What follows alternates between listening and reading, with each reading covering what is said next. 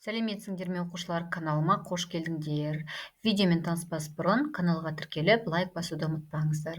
Біздің бүгінгі өтетін тақырыбымыз 10 сынып оқулығындағы цитоплазманың қос мембраналы органоидтері. Яғни бүгінгі сабақта біз митохондрия және пластидтердің құрылысымен танысатын боламыз. Алдағы сабақта ядроның құрылысымен танысатын боламыз. Енді ең бірінші біз мына суретке тоқтала кетейік. Өздеріңіздің оқулықтарыңыздағы берілген митохондрияның құрылысы. Суретті дәптерлеріңізге сызып алыңыздар.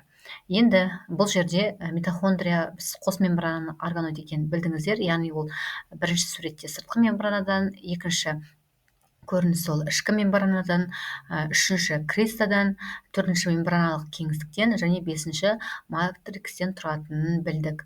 Енді осы терминдердің қазіргі алдағы уақытта мағыналарын ашатын боламыз.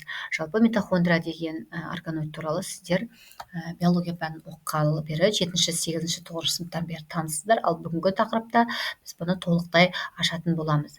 Митохондрия ол грек тілінен енген сөз, яғни митос жіп және хондрион дән және түйіршіктегі мағынаны білдіреді.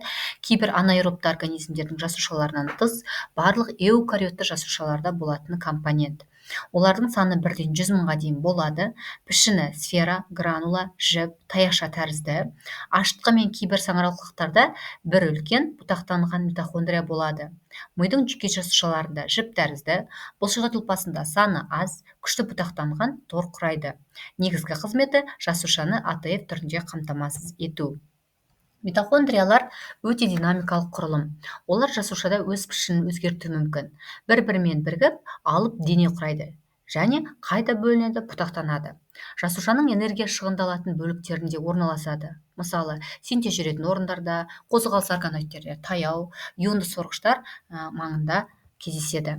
Митохондрияның құрылысына келетін болсақ, ол сыртқы және ішкі мембранадан тұрады. Оларды бір-бірінен оқшауланған кеңістік бөліп тұрады. Яғни ол жаңағы суретте көрсетілген мембрана аралық кеңістік. Митохондрияның ішкі жағы матрикс деп аталады. Жаңа суретті қайталап қарап алыңыздар, сол кезде естеріңізге түседі. Кейбір жерлерде сыртқы және ішкі мембраналар өзара бірігеді. Бұл байланыс нүктелері жабысу аймағы деп аталады. Олар митохондрияның барлық мембрана аралық кеңістігін жеке бөліктерге бөліп тұрады. Ішкі мембрана сыртқы мембранаға қарағанда едәуір ұзын.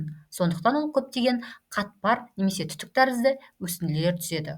Оларды біз кристаллар деп атаймыз. Жаңағы суреттен қараймыз, кристаның орналасқан жерін. Кристаллар ішкі мембрананың беткі бөлігін жұмыс ауданын едәуір ұлғайтады.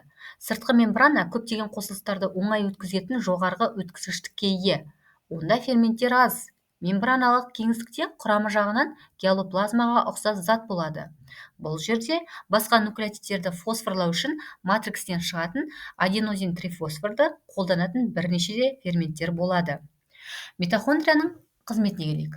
Оның ең басты қызметі ол тағамнан энергияны алып, оны оттегімен байланыстырады және АТФ қышқылын синтездейді. Бактерияларда митохондрияның қызметін мезосома атқарады. Асын сызып қойыңыздар, мезосома дегеннің. Енді ішкі мембрананың сыртқы мембранадан қандай ерекшеліктері бар? Осыған тоқтала кетейік. Бірінші, құрамында иондардың өтуіне кедергі келтіретін кардиолипин фосфолипиді болуына байланысты өткізгіштік қабілеті төмен және ерекше. Ішкі мембрананың құрамының 75%-ға жуығын нәруыз алады. Тасымалдаушы нәруыздан басқа, онда тыныс алу тізбегіндегі тотықтырғыш реакциясын катализдеуші нәруыз ферменттер болады. Мембрана бетінің матрикске қараған жағында АТФ молекуласын синтездеуші АТФ синтетаза ферменті кешені орналасқан. Енді матрикс дегенімізде ол митохондрияның ішкі кеңістігі. Гомогенді орта болып табылады. Құрамда 100 деген ферменттердің қосындысынан тұрады. Оның ішінде жасушаның тыныс алуының оттекті кезеңін қамтамасыз ететін ферменттер де бар. Матриксте митохондриялық ДНК-ның сақиналы молекуласының бірнеше көшірмесі болады. Кальций, магний тұздарының жеке кристаллары түрінде қосындылары болады. Митохондриялар ұзақ өмір сүрмейді. Өсуімен бөлінуі оның органоид геномымен және жасуша ядросының геномымен бақыланады.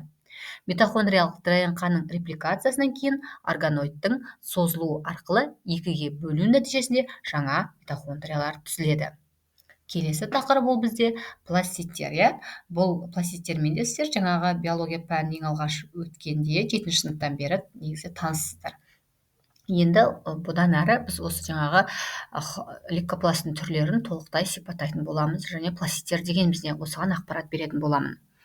Пластиттер, бұлар сіздер білесіздер, иә, тек қана өсімдік жасушасына тән органоид екенін білесіздер. Яғни олар фототрофты жасушаларға тән.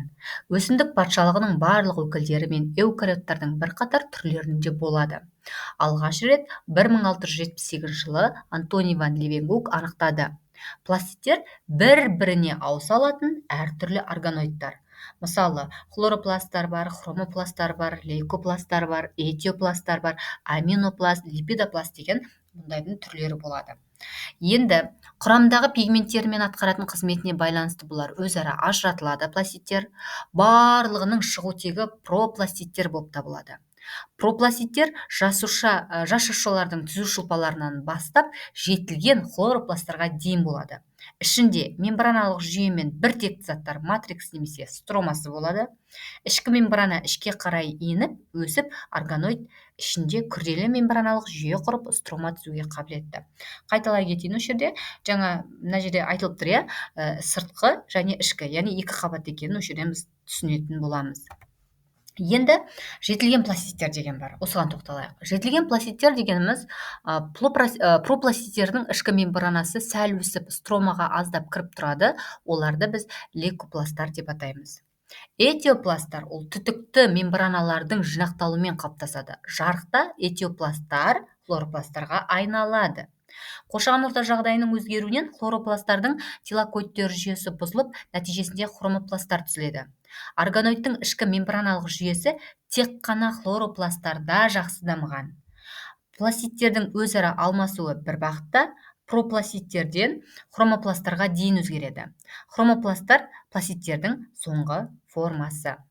Енді үш түрмен танысайық. Ол бірінші бізде хлоропласттар. Хлоропласттар не екенін жалпы сіздер білесіздер негізі. Бұл грек тілінен енген.